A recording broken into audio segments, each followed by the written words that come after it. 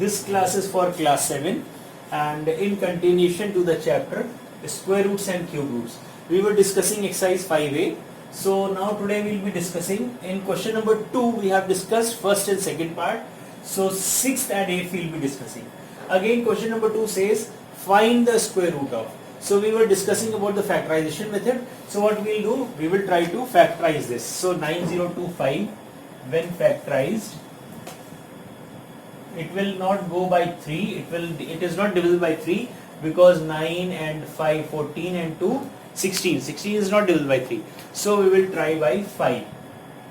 5 ones are 5 40, 5 eights are 40, 0 5 fives are 25, 5 threes are 15, 30, 6 are 30, 1s are 361. We have studied that 361 is the square of 19. It means this can be written as 19 into 19 and 19 ones are.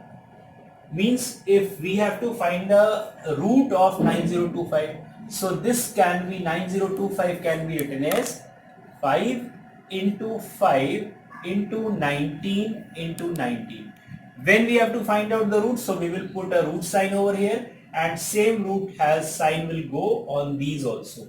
Now we have to take these pairs outside the root. So we know for every one pair one number is written. For a pair of 5 we will write 5, and for a pair of 19 when these two 19 come out of the root, that will be 19. So 9 5s are 45 and 385 is the final value. Now next question is again 11664. So in this also we are going to factorize. Now let's see what comes when we factorize it. That is 11664. Let's divide it by 2 because 4 is at the end. So 2 5s are 10, 2 8 is 16, 2 3 6, 2 2 is 4, 2 2s are 4, 2 9s are 18, 2 1s are 2, 2 6s are 12, 2 1s are 2, 2 4s are 8, 2 5s are 10, 2 8 are 16, 2 7s are 14, 2 2s are 4, 2 9s are 18. 729 is divisible by 3.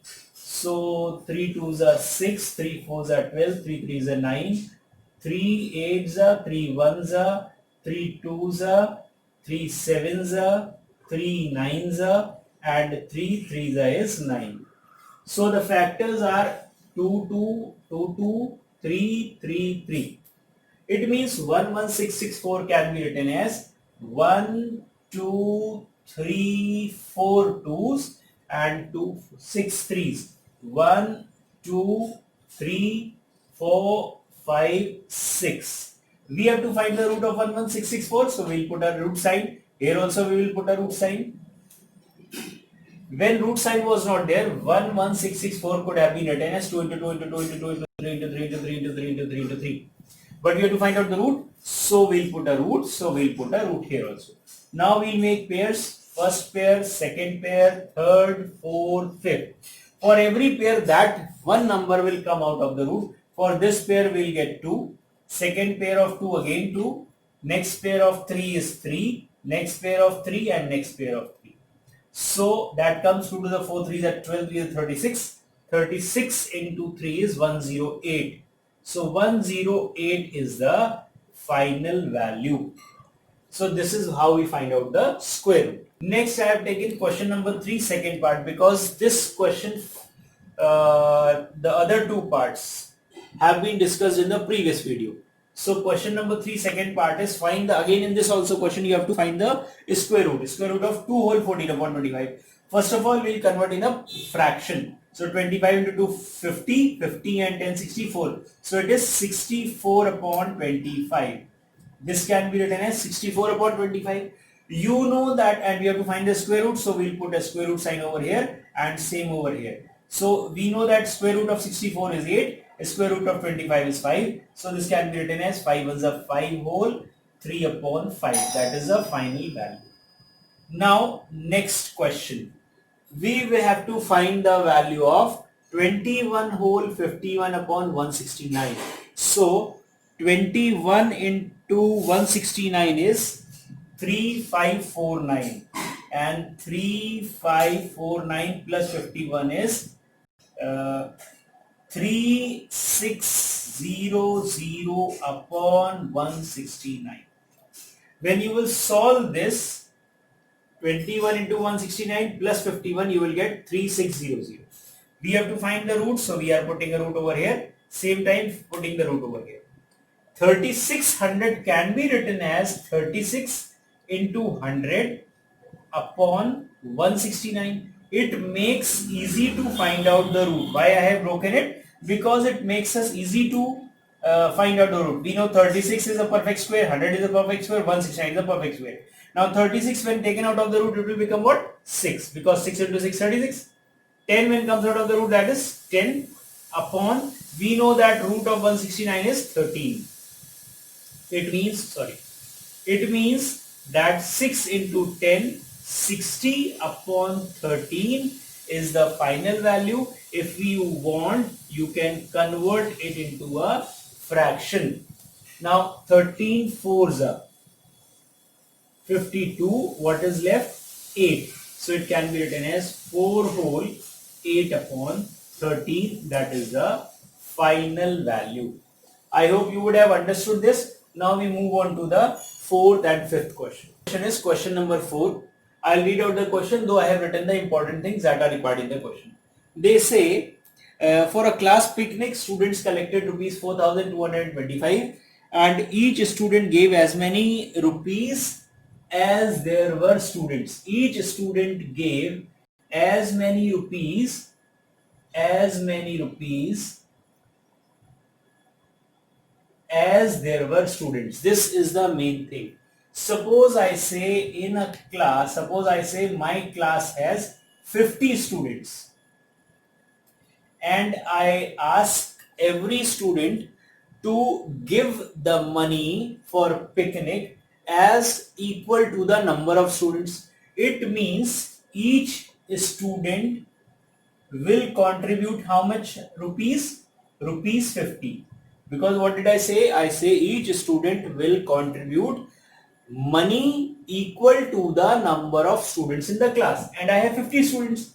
So each student will be collecting 50, will be giving 50 rupees or contributing 50 rupees. So total amount collected by the class,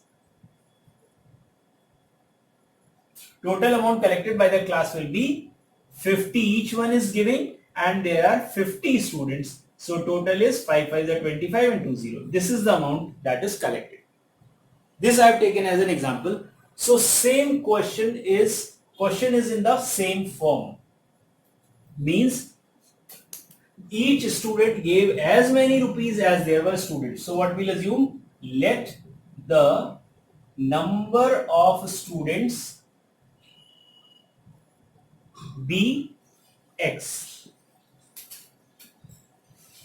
Let the number of students be X. So each one collected, or each student contributes how much?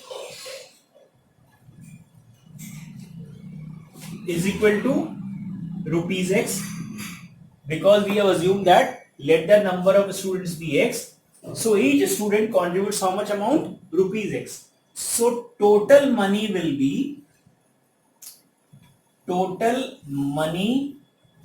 collected will be what? X into X. And that is given. Total money is how much collected? How much money is total being collected? To 4,225 is equal to, and we know X into X is X square. We have to find how many students are there and how much money each child has given. It means we have to calculate the value of X, because we have assumed that let the number of students be X. It means to find out the value of X, what we'll do?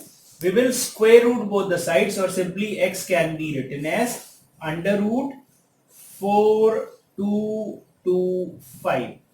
Now we have to just find the square root of 4225, and whatever comes, that will be the number of students as well as number of students as well as amount that is being contributed by each student. So let's find out the square root of 4225 by factorization method. So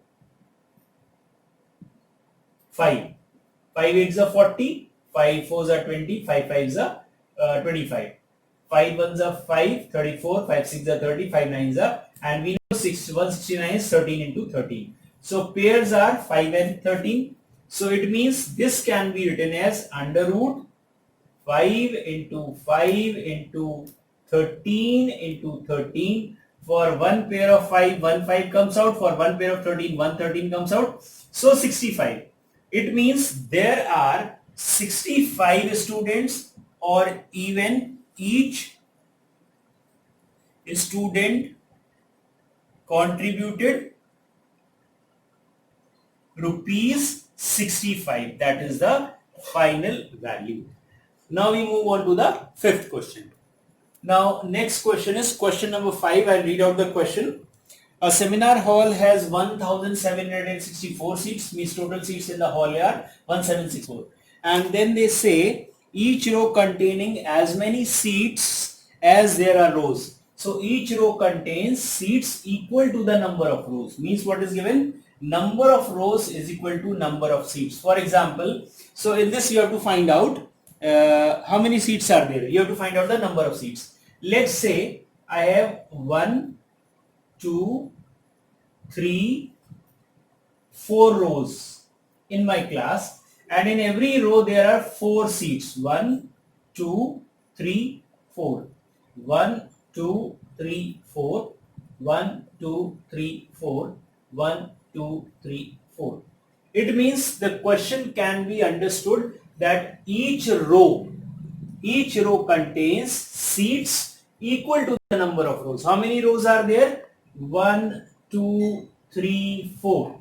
4 rows are there, and 4 rows are there, and every row is having 4 seats. 1, 2, 3, 4. 1, 2, 3, 4. 1, 2, 3, 4. 1, 2, 3, 4. It means that number of rows is equal to number of seats. So let us assume that let number of rows or number of seats be equal to x. Now total number of seats will be number of rows into number of seats. 4 rows and 4 seats. So 4 into 4 is 16. So total number of seats are 16. 1, 2, 3, 4, 8, 12 and 16. Similarly, here also it is given total number of seats is 1764. It means we can say total seats is equal to number of rows into number of seats in each row. And they say that number of seats in each row is equal to the number of rows, and we have taken let the number of rows be x. So if the number of rows is x, then number of seats in each row will also be x. Number of seats in each row. So x into x is equal to, and total seats are how much? 1764. Now I hope we all can solve it out. So it seems that x square is equal to 1764. So we have to find out the implies that x is equal to under root 1764. Now we will find out the root of 1764. So let's do it by factorization method. 1764. So 2, 8 is a 16, 8 is a 16, 2 is a 4. 2, 4, 4, 1. Now 3, 3 ones are 3, 3 fours are 12, 21 sevens are 21. 3 fours are 12, 9s are 27, and 7 sevens are 29. It means that 1764 can be written as 2 into 2 into 3 into 3 into 7 into 7. So when we have to find out the root, it means the factors of 1764 will come under the root. So 2 2s, 2 3s and 2 7s. It means when we make the pair 1 7, 1 3 and 1 2. So when it comes out, it will be 2 into 3 into 7. 3 to 6 7 is a 42. So 42 rows are there and each row has 42 seats. 42 seats are there in each row and there are total 42 rows in the hall. Now this completes your exercise 5A. In the next class, we will be discussing about the division method, means finding the square root by division method, and that is very much important and quite easy also.